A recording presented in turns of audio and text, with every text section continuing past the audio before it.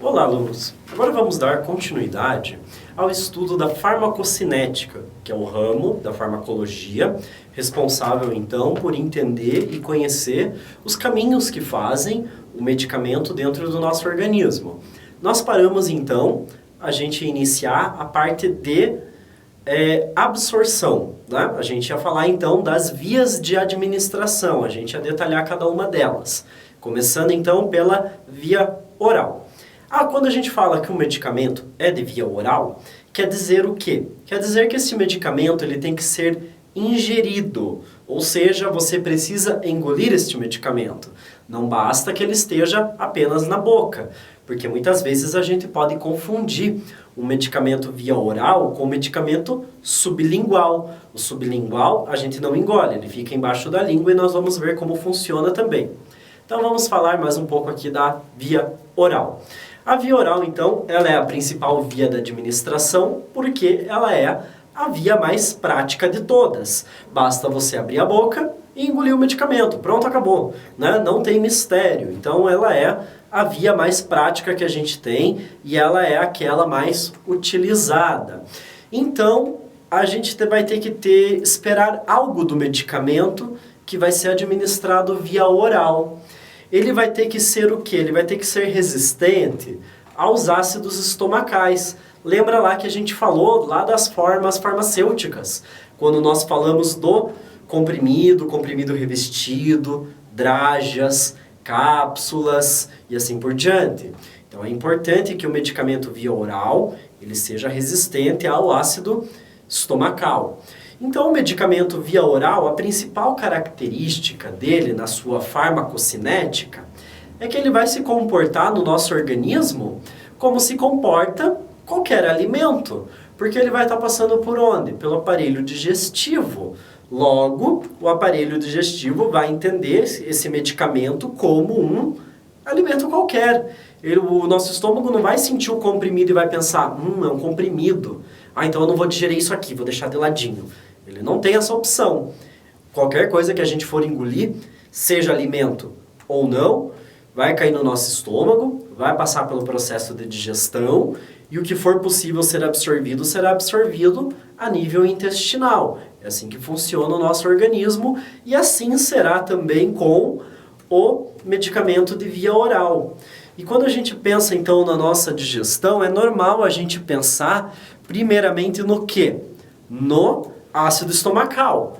Mas vamos lembrar que nós temos também outras enzimas digestivas. Então, a partir do momento que você coloca o medicamento na boca, dependendo do medicamento, ele já começa a sofrer degradação. Se for um comprimido simples, aquele não revestido, ele já começa a sofrer degradação ali na sua saliva, porque na saliva nós temos a amilase. A amilase é uma enzima responsável por fazer a digestão inicial de carboidratos quando na nossa boca, que é a amilase salivar, lembrando que nós temos a amilase pancreática, que é uma outra amilase, ok? Então, assim, o medicamento ele vai ter que resistir a diversos processos digestivos, enzimas e ácido estomacal. Então, ele vai ter que resistir à amilase, vai ter que resistir à pepsina no estômago, ao ácido estomacal, vai ter que resistir também, dependendo do tipo de medicamento via oral, ele vai ter que ser resistente também às lipases, ok? Então isso já dá um passo para a gente entender um outro ponto chave da administração em via oral.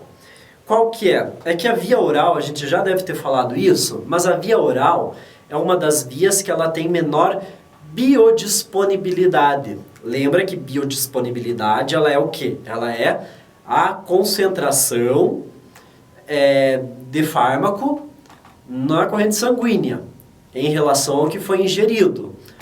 Então o medicamento via oral ele tem a menor. Por que ele tem a menor? Porque nós acabamos de falar, ele vai sofrendo muita degradação até ser absorvido.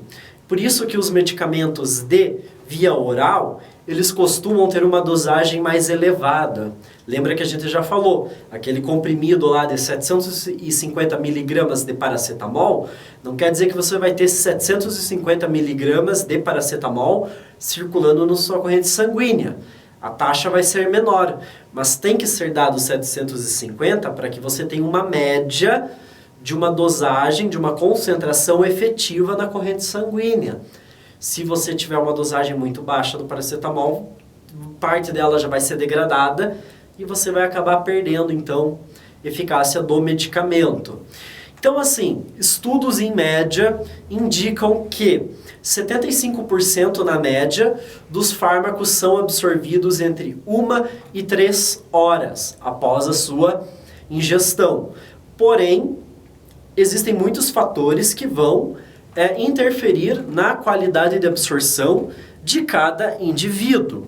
A gente já falou anteriormente que as pessoas elas têm diferenças anatômicas, biológicas, fisiológicas que vão interferir no funcionamento de um medicamento, principalmente na sua absorção. Um dos motivos, dos fatores aí que vai interferir na absorção de um medicamento, a área de absorção. Os intestinos das pessoas são diferentes, então eles absorvem de forma diferente. Vocês talvez já tenham ouvido falar das pessoas que têm aquela síndrome do intestino irritado, ou pessoas que, vamos supor, têm intolerância à lactose ou alguma alergia alimentar e constantemente essas pessoas têm diarreia. Quando a pessoa tem muita diarreia, o intestino dessa pessoa sofre muita esfoliação. Logo, esse intestino ele vai perder capacidade de absorção, vai diminuindo. Então a pessoa ela fica com uma capacidade menor de absorção. Então aí você já tem uma interferência. Então uma pessoa que eventualmente tem problemas de trato gastrointestinal, ela pode ter uma menor absorção. Outra coisa que vai interferir é o fluxo sanguíneo no aparelho digestivo. Se você tem pouco fluxo sanguíneo no aparelho digestivo, a absorção, ela consequentemente vai ser menor. Agora, quando você tem um maior fluxo sanguíneo no aparelho digestivo, logo a absorção será maior. O que vai interferir nesse fluxo sanguíneo do aparelho digestivo? Justamente a alimentação. No momento em que nós nos alimentamos, nós estamos estimulando o aparelho digestivo e este vai ficar mais irrigado justamente porque ele vai precisar de mais energia para fazer a digestão. Por isso que quando a gente come bastante, né, aquele sabadão que você come uma feijoada, a pessoa fica muito cansada após o almoço. Por que isso acontece?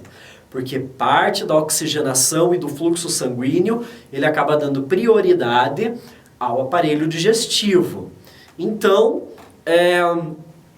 você pode pensar por um momento, opa, então se eu quero absorver mais medicamento, eu vou comer bastante na hora de tomar o medicamento. Também não é assim. Por quê? Porque se você tiver uma massa muito grande de comida, lembra que o comprimido costuma ser pequenininho. Ele pode ficar no meio daquela massa e quando a gente come demais, nós temos uma dificuldade maior de absorção. Então você vai ter uma absorção mais precária daquele comprimido. Até porque, se o comprimido estiver no meio de um bolo muito grande de comida, aquele comprimido ele pode ficar escondido das enzimas digestivas que de repente servem para fazer a liberação do comprimido. Vamos supor o caso de uma cápsula, de uma drágea ou de um comprimido revestido. Então, tomar um alimento de barriga muito cheia também não é indicado. Até porque nós estamos falando de algo que pode acontecer com o medicamento, que é a interação medicamentosa. Ou nesse caso seria interação dos componentes do medicamento com o alimento. Isso também é problemático. Então isso é uma coisa que você tem que estar atento quando lê a bula.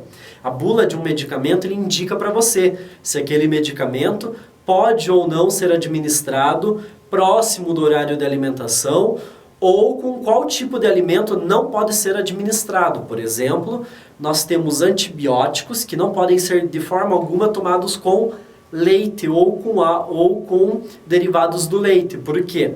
Porque as proteínas do leite vão se ligar ao medicamento, ao antibiótico, e vão anular o efeito. Isso é interação. Então nunca é bom a gente tomar o medicamento junto com o alimento. É sempre bom dar um intervalo. Claro, vai depender também do tipo de alimento. Então, se você não tem instrução do médico na posologia, é sempre bom olhar a bula. Para isso, a gente tem, então, a bula. Então, agora, nós vamos fazer uma pequena pausa e, em seguida, nós voltaremos para falar de outras considerações quanto à absorção de medicamentos via oral.